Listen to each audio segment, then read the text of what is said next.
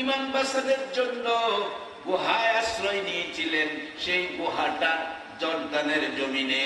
একটা কুকুর কুকুর কুকুর গুহার মুখে এই যুবকদের ভালোবাসায় যুবকরা ইমান বাঁচানোর জন্য চলে গেছেন দেশ ছাইরা গুহায়, পাহাড়ের গুহার ভিতরে। এই গুহাটা পাহাড়টা জর্দানের জমিনে নিজের চোখে দেখে আসছি বাবা। এই গুহার মুখটার মধ্যে কুকুরটা বসে থাকতো। 7 জন যুবক গুহার মধ্যে ঘুমিয়েছে, গুহার মধ্যে ঘুমিয়েছে।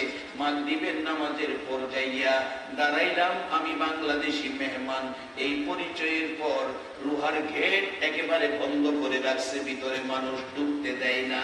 জর্দানি এসে খুলে দিলেন। আরো কিছু জর্দানি লোক দাঁড়ানো ছিল ভিতরে ঢুকার আশায়। ভিতরে ঢুকলাম, দেখাইলো এখানে 2 জন ঘুমিয়েছে, এই পাশে 2 জন ঘুমিয়েছে, একটু ভিতরে 3 জন ঘুমিয়েছে, মোট 7 জন যুবক ঘুমিয়েছে। কুকুরটা পাহারা দিত। আমার আল্লাহ কোরআন শরীফে যখন কেউ কেউ বলতো এখানে 5 জন যুবক, আমার আল্লাহ কয় 5 জন যুবক শেষ না, আরো একজন আছে। কোরআন বলছে কেউ কেউ বলে এখানে 6 জন যুবক, আল্লাহ কয় 6 জন যুবক শেষ না, আরো একজন আছে। কেউ কেউ বলেন 7 জন যুবক, আল্লাহ বলে 7 জন না, আরো একজন আছে। 7 জন যুবকের সাথে কিতমির নামে কুকুর রয়ে গেছে।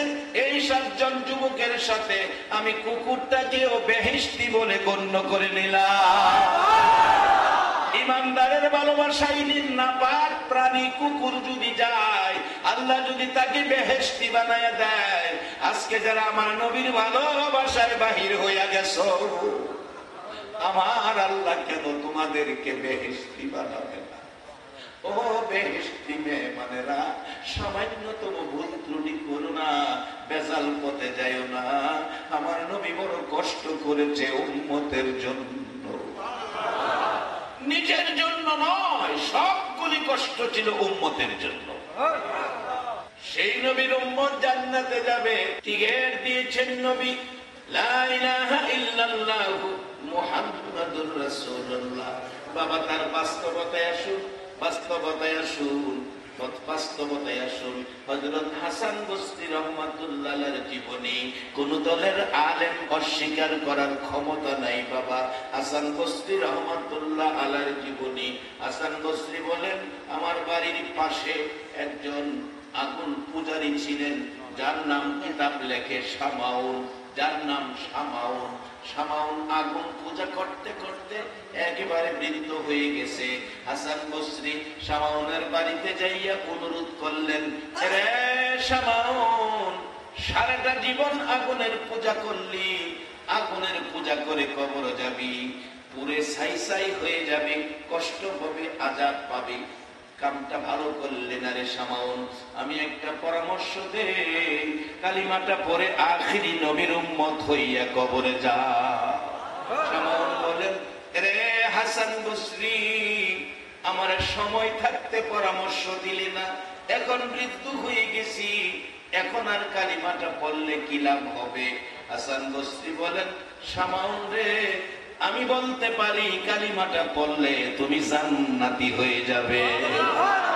শামাউন ডাকেন, আগুন পূজারি ডাকেন, রে হাসান বসরি, আমি যে হাসান বসরি, শোনো, আমি শামাউন তোমার কাছে জানতে চাই, আমি যদি কালিমা পড়ি এই বয়সে, বুড়া বয়সে, আমি যে জান্নাতি হব তার গ্যারান্টি দাও।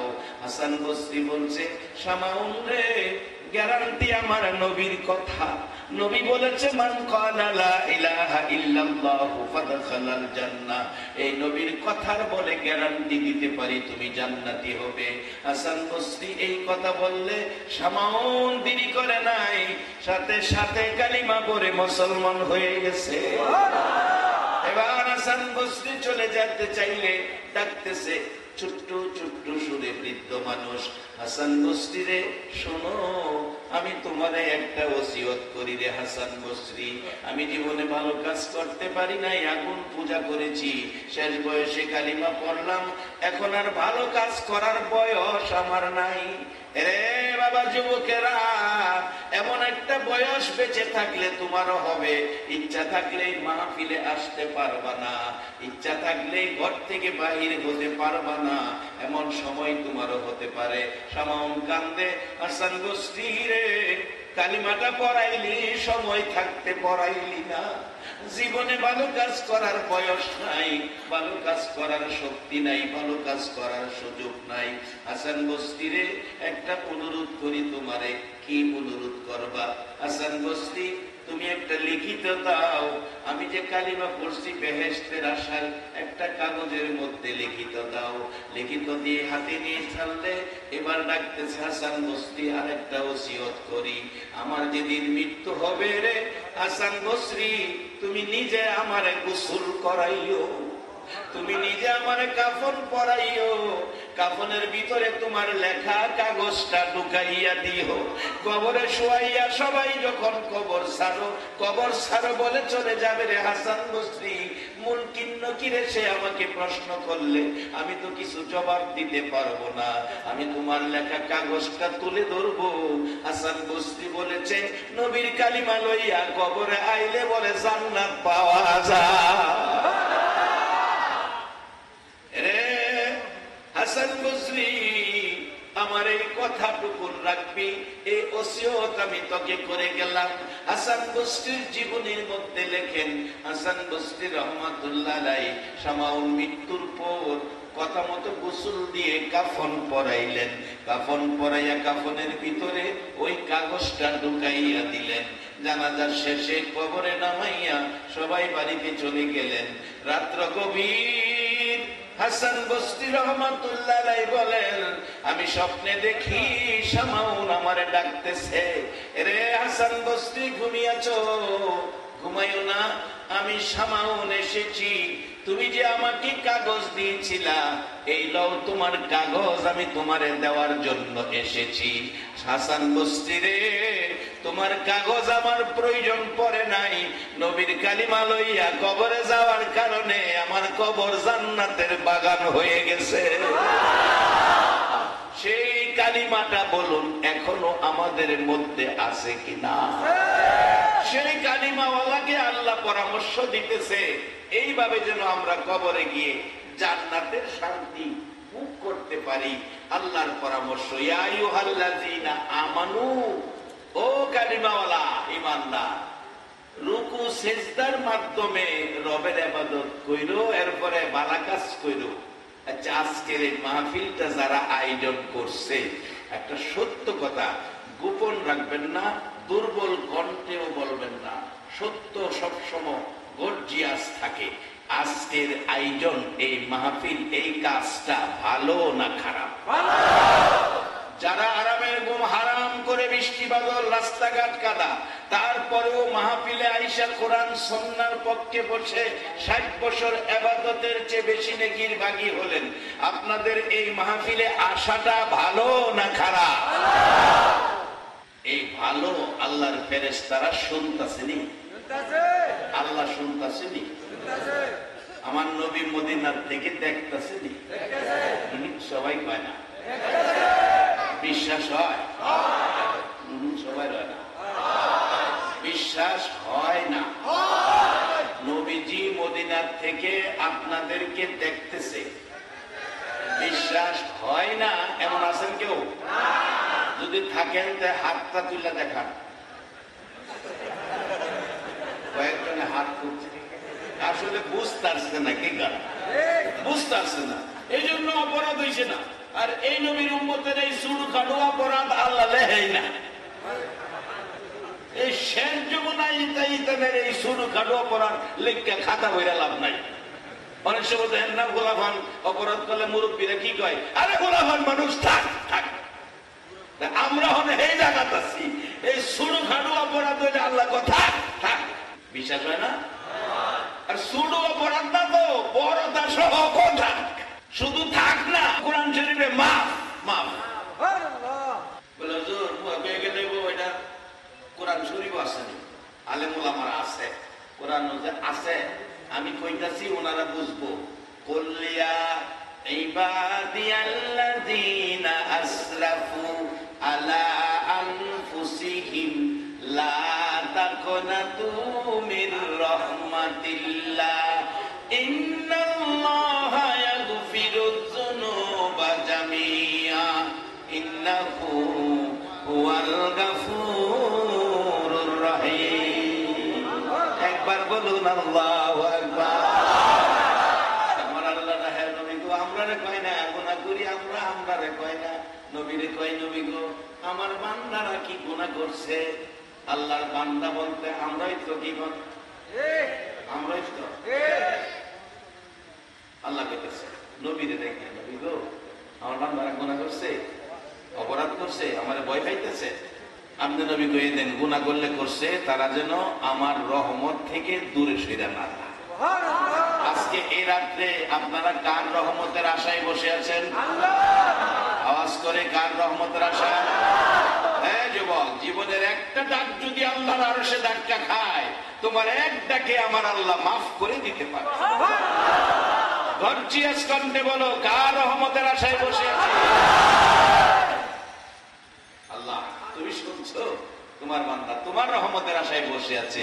আর সে আল্লাহই কোরআনে কইতেছে লা তাকনাতু মির রাহমাতিল্লাহ, যারা গুনাহ লয়ে আমার রহমত থেকে দূরে সরে না যায় তাদের কি করি?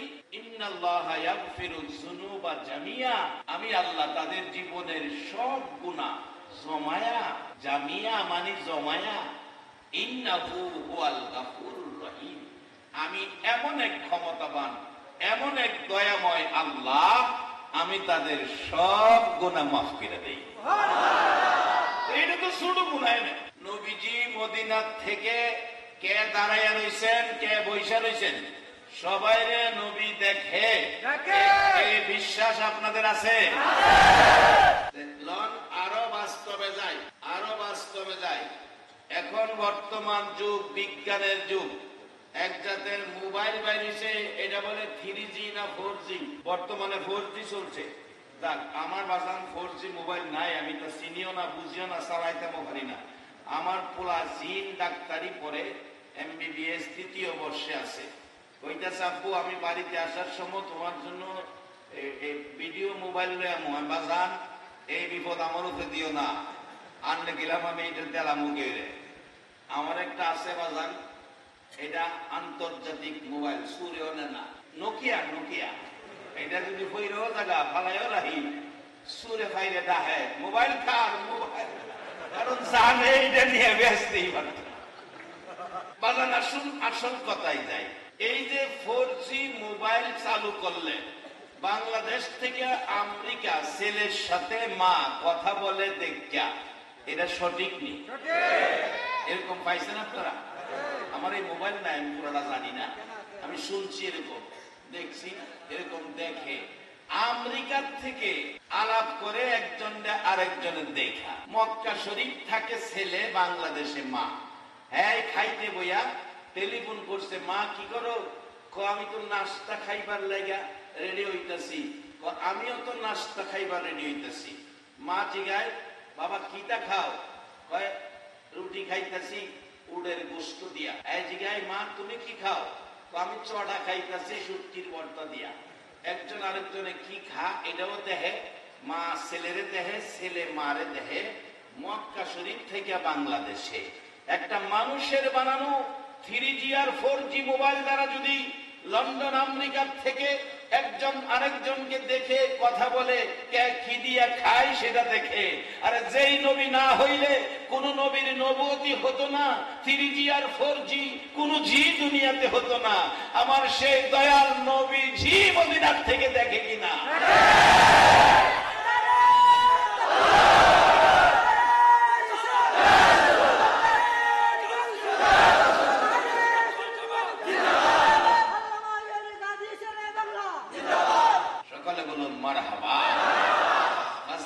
আমি কি কথাগুলো বুঝাইতে পারতেছি?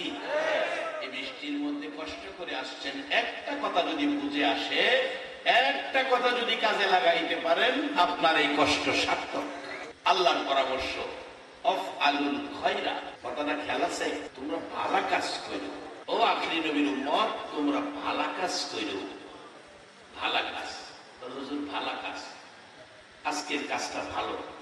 যারা আইছেন ভালো কাজের পক্ষে আইছেন, এরপরে বলছে যদি ভালো কাজ করতে পারো, ভালো কাজের মধ্যে সবচেয়ে বড় ভালো কাজ হইল মা বাবার সাথে ব্যবহার ভালো করা।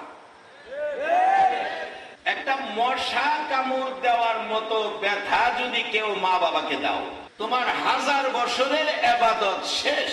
মা যদি খালি তোমার দেওয়া ব্যথায় একটু খালি বলছে ও, বাবা যদি একটু ব্যথাই বলছে ও, এইটুকের কারণে তোমার 70 বছরের ইবাদত শেষ। মাসান এক হাজী সাহেবের জীবনী, উনি 39 বার হজ করে 40 বারের মাথায় আরাফাতের মাঠে। রাসূল বলছেন আরাফাতে পাও রাখার সাথে সাথে মাপ চাইতে হয় না, জীবনের গুনাহ এমনি মাফ। আরাফাতের মাঠে হাজী সাহেব 39 বার হজ করে 40 বারের মাথায় আরাফাতে কাঁদতেছে, খুশির কান্না। আল্লাহ গো, একবার আরাফাতে পাও রাখলে জীবনের গুনাহ মাফ করে দাও। আমি 40 বার আরাফাতের মাঠে পাও রাখলাম। ও খোদা, আমার ভাগ্য কত ভালো। গায়েবী আওয়াজ হইতেছে, হাজী হাজী রে, তোর ভাগ্য বেশি ভালো না, তোর ভাগ্য ভালো না। হাজী বলেন কেন গো প্রভু, আমার ভাগ্য ভালো না? হাজী রে, 39 বার হজ করে 40 বারের মাথায় আরাফাতের মাঠে অবস্থান করছো। এরে হাজী, আরাফাতের মাঠে অবস্থান করছো, 40 বার হয়ে গেছে। হায়াত পাইয়া যদি 40,000 বার আরাফাতের মেহমান হও, আমি আল্লাহ তোমার হজ কবুল করব না। হাজী সাহেব কাঁদতে শুরু করলেন গড়াগড়ি করে, প্রভু গো, 40 বার আসলাম, তুমি কবুল করবা না? কি অপরাধ করেছি গো আল্লাহ, আমি জানতে চাই। গায়েবে আওয়াজ হইতেছে, হাজী রে, তুই যখন তোর মার পেটে ছিলে, তোর মা তোরে পেটে লইয়া কত কষ্ট করছে আমি আল্লাহ জানি, দুনিয়ার কেউ জানে না। বিদায় কোরআন শরীফে আল্লাহ বলেছেন, হামালাতহু উম্মুহু কুরহা ওয়া ওয়াদাআতহু কুরহা। তোমার মা তোমাকে পেটে লইয়া যখন হামেল ছিল, তোমার বাবা পাশেই ঘুমিয়েছে, শুইয়াছে। তুমি মার পেটে, রাত্রে মা ঘুমিয়েছে, মার পেটে থাইকা খেলাধুলা করতে যাই।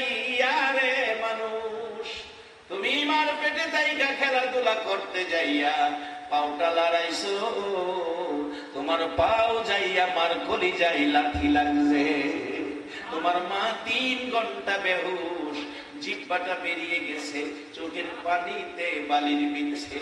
আবার নড়াচড়ি করছো, খেলাধুলা করতে যাইয়া কোনি হাতের কনি লড়াইছো, তোমার কনি মার কলিজায় লাগছে। মা কত কষ্ট করছে আমি আল্লাহ দেখছি। তোমার বাবা পাশে শোয়া, সেই তো দেখে না, সেই তো জানে না। তোমার মা হাত বাড়াইয়া ডাকছে, মাবুদ রে, এই সন্তানটা কবে কুলে লইয়া বাবা কইয়া 2 গালে সুমাইব। বলুন মা, সন্তানের 2 গালে সুমা দেয় কিনা? মা সন্তানের 2 গালে চুমো দেয়, মার সব কষ্ট দূর হয়ে যায়। আমার আল্লাহ ডাকতেছে, হাজী রে, এই মা যখন সন্তান প্রসব করে রে হাজী, তোর প্রসব ব্যথার যন্ত্রণায় 3 দিন গলা কাটা মুরগির মতো লাফাইছে, রক্তক্ষরণ হইয়া গট্টা লাল লাল হয়ে গেছে। মহিলারা বলছে এই মহিলাটা বাঁচবে না। 3 ঘন্টা তোর মা বেহুশ হয়ে পড়ে আছে, তুমি ভূমিষ্ঠ হয়েছ। তোমার ওয়া ওয়া কান্না শুনে তোমার মার জ্ঞান ফিরেছে। ডাকছে তোমার মা, কে কান্দে গো? কোন মহিলা বলছে তোমার ছেলে হয়েছে। মা পাগলে 4 দিক ঘুরে ঘুরে ভিক্ষুকের মতো হাত বাড়াইছে, দে আমার ছেলে আমার কোলে দে। মহিলারা বলছে গোসল চলছে, গোসল করাইয়া তোমার কোলে দেওয়া হবে। তোর মা কাঁদতে কাঁদতে বলেছিল, গোসল লাগবে না, আমার কোলে দাও গো। আমার রক্ত মাখা সন্তানের গালে 2টা চুমু দিতে পারলে আমি মায়ের 10 মাসের ব্যথা দূর হইয়া যাইবে। হাজী, এত ব্যথাই ব্যতীত যে মা কষ্ট করে তোমাকে গর্ভ ধারণ করেছিল, প্রসব ব্যথায় 3 ঘন্টা জ্ঞান হারা হয়েছিল, রক্ত মাখা সন্তান কোলে নিয়ে দুই গালে চুমাইতে চেয়েছিল। এই মাকে একদিন তুমি বড় হইয়া সাধারণ একটা ব্যাপার লইয়া কথা কাটাকাটি করে এক পর্যায়ে রাগ হইয়া মারে লাথি মাইরা ফালাইয়া দিছিলি। হাজি তোর মার ওই 10 মাসের ব্যথার কথা মনে হইয়া তোর মার কলিজা ফাইটা দুনিয়ার থেকে বিদায় হয়ে গেছিল। বিদায় মুহূর্তে দুইটা হাত বাড়াইয়া বলছিল, আল্লাহ গো তুমি দেখছো গো কত কষ্ট জীবনে সন্তানের জন্য করলাম, সেই সন্তানের লাথি খাইয়া কলিজা ফাইটা দুনিয়ার থেকে বিদায় হলাম, এই বিচারটুকু তোমার কাছে দিয়ে গেলাম। হাজি হাজি রে, লাথি দিয়ে আমার কলিজা বাটাইয়া বিদায় করছো। আরাফাতের মাঠে 40 বার কেন, হজ করতে 40 বার কেন, হায়াত পাইয়া যদি 40,000 বার হজ করতে আসো, মার গায়ে লাথি দেওয়ার কারণে তোমার একটা হজও কবুল হবে না। আখিরি নবীর উম্মত, যত ভালোবাসাই নবীকে দাও, একটা মশা কামড়ের ব্যথা যদি মা বাবাকে দাও, তোমার মতো উম্মতের সুপারিশ আমার নবী করবে না। তবে এই রোগ যদি দূর না করেন, এই রোগ দূর না করা পর্যন্ত বেহেশতে যাওয়া কোনো দিকেই সম্ভব না। ইবাদত যতই করেন, 4টা চাক্কার গাড়ি একটা যদি পাঞ্চার হয় গাড়ি চলবে না। মা বাবার সাথে যেন ভুল না হয়। তবে অন্য ভুল ত্রুটি ছোটখাটো অপরাধ করে যদি হয়েও যা, চাক্কা 4টা থাকে, একটা পাঞ্চার হইলে দেখবেন গাড়ির মধ্যে আরেকটা স্পেয়ার চাক্কা থাকে না? কয় না? আমি বলবো গাড়ির চাক্কা 4টা, আরেকটা চাক্কা কেন রাখছে? রাখার কারণ হলো যদি পাঞ্চার হয়, বিপদে পড়া যায়, ওই স্পেয়ার চাক্কা দিয়া আপনার বিপদ দূর হয়ে যাবে। আজকে যারা নবীর ভালোবাসায় বসে আছেন, এটা হলো জীবনের স্পেয়ার চাক্কা। এটা স্পেয়ার চাক্কা। যদি ইবাদতের কোনো ত্রুটি হয়, নবীর ভালোবাসায় স্পেয়ার চাক্কা ধাক্কাই আপনাকে জান্নাতে নিয়ে যাবে। আচ্ছা, কোরআন শরীফ আল্লাহ আপনাদের সুন্দর ফায়সালা দিছে, ফাদখুলি ফি ইবাদি ওয়াদখুলি জান্নাতি। সহজ, ইবাদতে ঢুকো, তোমরা জান্নাতে ঢুকাবো। আখিরি নবীর উম্মতের কইতেছে, কেন নবী তো কষ্ট করছে আমরা লাগে। অনেক সময় দেখবেন বাবা চাচার কাছে চট্টগ্রাম ছেলেটারে রাইখা ঢাকা গেছে, গা হয়ে গেছে, বড় ভাই আমার ছেলেটারে বাড়ি পৌঁছে দিও। রাত্রে আসার সময় বাসের টিকিট কাটবো, বাসের ভাড়া 50 টাকা। চাচা জিগায়, ভাতিজা ভাড়া আছে? আব্বা দিয়ে গেছে 20 টাকা। আচ্ছা, 20 টাকা দিয়া গেছে বাবা, ঢাকা গেছে চট্টগ্রাম থেকে। এখন আপনাদের এই গ্রামের নাম কি? চন্দনাইশ। চন্দনাইশ থানা আসতে গেলে ভাড়া রাখবো 50 টাকা। বাবা হেরে দিয়ে গেছে 20 টাকা, চাচার কাছে বুঝাইয়া গেছে। এখন সত্য কথা কইবেন, এই 30 টাকা যে তার কাছে নাই, এই জন্য চাচা কি বাতিজারে ফালাইয়া দিয়াই করছে? নিজের পকেটের 30 টাকা দিয়া বাড়ি লই আইছে। আমার নবী কালিমার টিকিট কাটটা আমরা জান্নাতি বানায়া আল্লাহর কাছে বুঝাইয়া দিছে। অহন খুঁটিনাটি ভুল ত্রুটি আল্লাহ মাফ কইরা জান্নাতে পৌঁছাইয়া দিব। পরামর্শ কোরআন শরীফ। আল্লাহ বলছে আমানু, ইমানদার। আপনাদের কথা নবী যে বুঝাইয়া দিয়ে গেছে, মদিনায় শুয়ে গেছে, এবার বুঝাইছে নবী আল্লাহর কাছে, আল্লাহ বুঝা নিছে, এবার আল্লাহ আমরা টানতেছে। আমানু, রুকু সেজদার মাধ্যমে ইবাদত করো। রুকু সেজদার মাধ্যমে ইবাদতের নামটা কি? নামাজ। সবাই কইবেন নামাজ। আরে বলেন পড়েন আর না পড়েন হেডে পড়েন, স্বীকার করতেইব রুকু সেজদার মাধ্যমে ইবাদতের নামটা কি? নামাজ। নামাজ পড়লে লাভ হয় না লস হয়? আচ্ছা, এবার একটা ফায়সালা যাই। আপনাদের চন্দনাইশের একটা যুবক ছেলে বিয়ে করছে আনোয়ারা থানা, নতুন জামাই। শ্বশুর বাড়িতে গিয়া মসজিদে আজান দিছে, পরে নাস্তা খাওয়া রাইখা হ্যাঁ জামাতে যাইতেছে। শাশুড়ি কয় দামান কই যান, জামাই কোথায় কই যাইতেছেন? আম্মা ডাইকেন না, আমি নামাজে যাইতেছি। জামাতে নামাজটা পড়াই। যে এই জামাইটা চন্দনাইশ বাড়ি আনোয়ারার জামাই মসজিদে নামাজ পড়তে গেছে, এই জামায়ানা পোশাক লাগাইয়া। আচ্ছা, মুসল্লিরা দেখলে একজন আরেকজন জিজ্ঞেস করবে না এই জামাই মানুষ নামাজ পড়তে এসে জামাইটা জানি কার? আরেকজনে বলছে জামাইটা আব্দুল মালিকের মেয়ের জামাই। তখন সবাই কি কইতাছে? জামাইটা তো খুব কয় না, কয় না। আরে সত্য কথা গোপন করুন যেত। সকল মুসলিমরা কি কইতাছে? জামাইটা খুব ভালো। ভালো কখন কইল? যখন নামাজে গেল। আর যদি মসজিদের নামাজ ভাঙছে, হ্যাঁ 555 সিগারেট টানতেছে, জামাই নতুন সিগারেট খা 555 মুরব্বীদের সামনে। এখন আপনারা ফাইসালা দেন, হ্যাঁ খাইয়া গেলে পিছনে মানুষ বালা কইব না খারাপ কইব? জিগাইব যে জামাইটা কার রে? জামাইটা আব্দুর রহমানের মেয়ের জামাই। জামাই তো একটা বিয়া দিছে, এটা তো আস্থা বিয়া দাও। বুঝাইতাম পারছি কথাটা? তাহলে লাভটা কি সিগারেটে না নামাজে? খালি এখানে না তো, সব জায়গা নামাজে লাভ। আল্লাহ কইছে রুকু সেজদার মাধ্যমে রবের ইবাদত করো।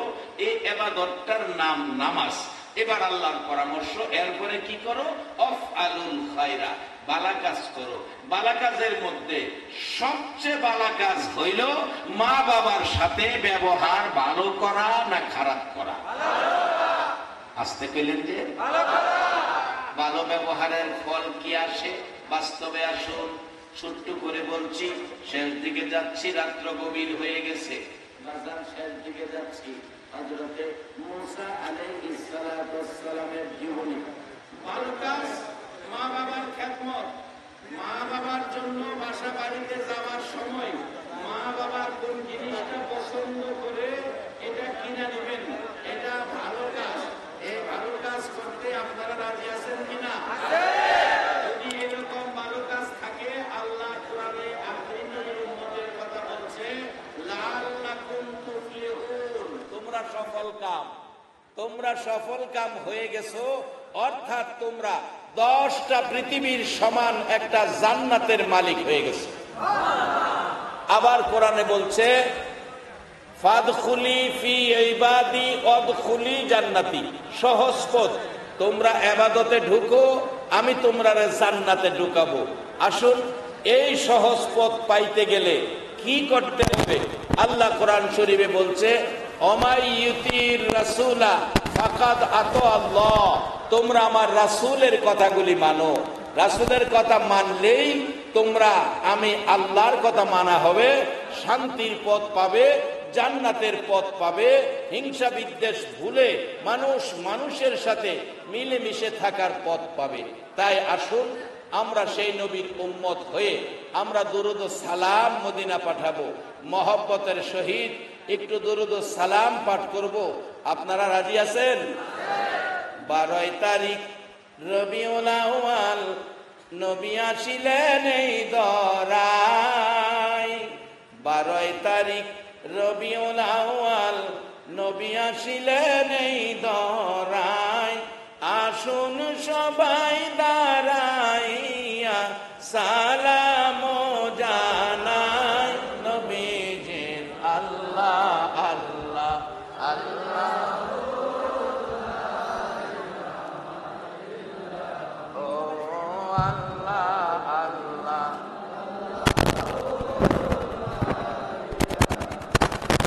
ইয়া নবী সালাম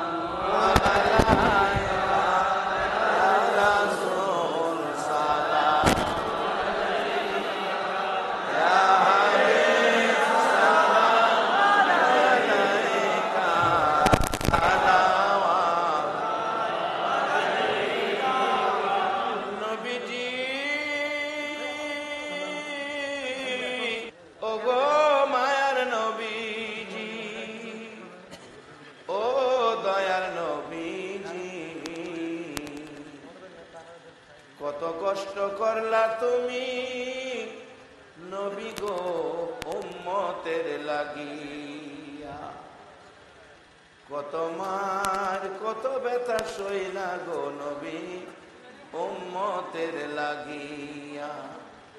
আবু জাহেল আবু লাহাব রে কত মার মারলি আমার নবীর মা নাই বাবা নাই বলিয়া। 63 বছর কাঁদছ তুমি উম্মতি উম্মতি বলিয়া, এখনো কান্দিতে আছো মদিনাতে শুইয়া। মদিনা রে ও সুন্দর মদিনা, মদিনার পাহাড় ও পাহাড় রে তুই কত ভাগ্যবান, পাহাড় হইয়া দেখছ আমার দয়াল নবীকে। মদিনার হরিণ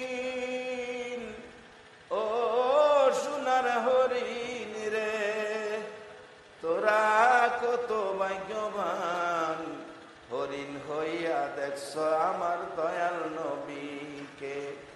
উম্মত হইয়া দেখলাম না গো দুঃখ রইল মনেতে, মনের দুঃখ মনে লইয়া জানাই তোমায় লাখো সালাম ইয়া নবী সালাম আলাইকা ইয়া রাসূল সালাম আলাইকা ইয়া হাবিব সালাম আলাইকা সালাওয়াতুল্লাহ আলাইকা। বেজায় রব মেরে দুরুদ ও সালাম